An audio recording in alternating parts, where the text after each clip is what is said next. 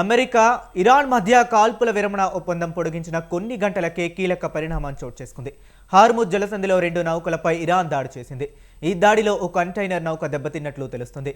Iran revolutionary guard corps Hormuz జలసంధిలో ఒక container నౌకపై కాల్పులకు పాల్పడిందని UK maritime trade operations centre పేర్కొంది. కాల్పులకు ముందు గన్ బోట్ నౌకకు ఎలాంటి హెచ్చరికలు చేయలేదని తెలిపింది.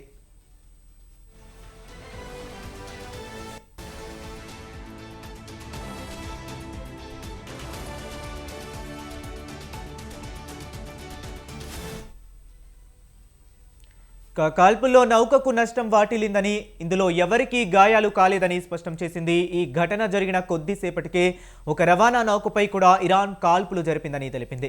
ఈ ఘటనలో సిబ్బంది అందరూ సురక్షితంగా ఉన్నారని, నౌకకు కూడా ఎలాంటి నష్టం జరగలేదని పేర్కొంది.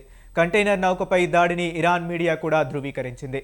టెహ్రాన్కు చెందిన వాణిజ్య నౌకను అమెరికా దళాలు ఇటీవల స్వాధీనం చేసుకున్న సంగతి తెలిసిందే. ఈ క్రమంలో ఈ దాడి జరగడం ఉద్రిక్తతకు మరోసారి తీవ్రతరం చేసింది.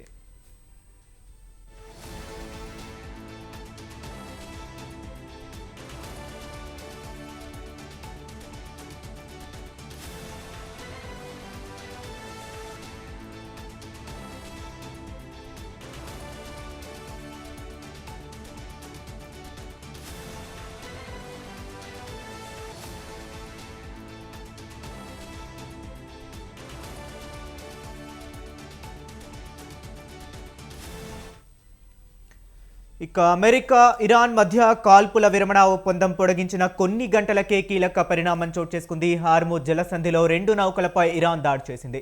ఈ దాడిలో ఓ కంటైనర్ నౌక దెబ్బతిన్నట్లు తెలుస్తుంది. Iran revolutionary guard corps Hormuz జలసంధిలో ఓ కంటైనర్ నౌకపై కాల్పులకు పాల్పడిందని UK maritime trades operation centre పేర్కొంది.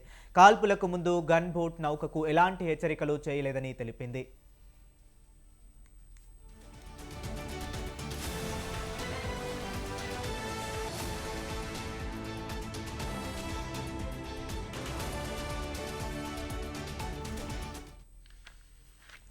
ఇక కాల్పుల్లో నౌకకు నష్టం వాటిల్లిందని, ఇందులో ఎవరికీ గాయాలు కాలేదని స్పష్టం చేసింది. ఈ ఘటన జరిగిన కొద్దిసేపటికే ఒక రవాణా నౌకపై కూడా ఇరాన్ కాల్పులు జరిపిందని తెలిపింది.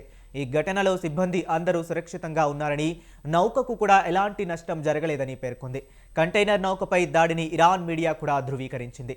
టెహ్రాన్కు చెందిన వాణిజ్య నౌకను అమెరికా దళాలు ఇటీవలే స్వాధీనం చేసుకున్న సంగతి తెలిసిందే. ఈ క్రమంలో ఈ దాడి జరగడం ఉద్రిక్తతలను మరోసారి తీవ్రతరం చేసింది.